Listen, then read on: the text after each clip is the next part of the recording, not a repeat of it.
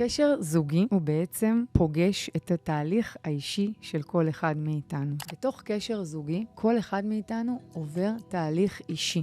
הצד השני הוא פשוט מראה. הצד השני מראה לי ומשקף לי מה שאני רוצה לראות ומה שאני לא, ולהפך. וברגע שאני יושבת, אפילו בתהליך אישי עם עצמי, ומסתכלת, מספיק שאני באה ועובדת על החלק שלי בתוך התהליך, וכל אחד מאיתנו יודע, אם הוא יקשיב קצת לתלונות של הצד השני, וגם יקשיב רגע באמת בכנות לתחושות הבטן שלו, הוא ידע לזהות מה הם הדברים המהותיים, שאם הוא יעשה בהם שיפור ושינוי מהותי, הקשר שלא ישתנה. למה? כי אין לו ברירה. הצד השני מושפע ממני. אם אני הופכת להיות מישהי שאני כל הזמן מבקרת את בן הזוג שלי, וכל פעם הוא רוצה לעזוב אותי כי הוא מרגיש שמבקרים אותו וכי לא נעים לו, ומספיק שאני מכניסה קצת הערכה וקצת פחות שיפוטיות, ומבינה את הרעיון הזה של מה שאני מביאה ומה הוא תורם או לא תורם לקשר, ומשחקת עם המינונים, אני לא אומרת להפסיק להעביר ביקורת, ואני פועלת אחרת בתוך הקשר, הצד השני מושפע מזה. הוא לא יכול שלא להגיב, כי זוגיות היא כמו ריקוד, שאנחנו דורכים אחד על השני, או שאנחנו רוקדים בהרמוניה, שכל אחד רוקד לבד.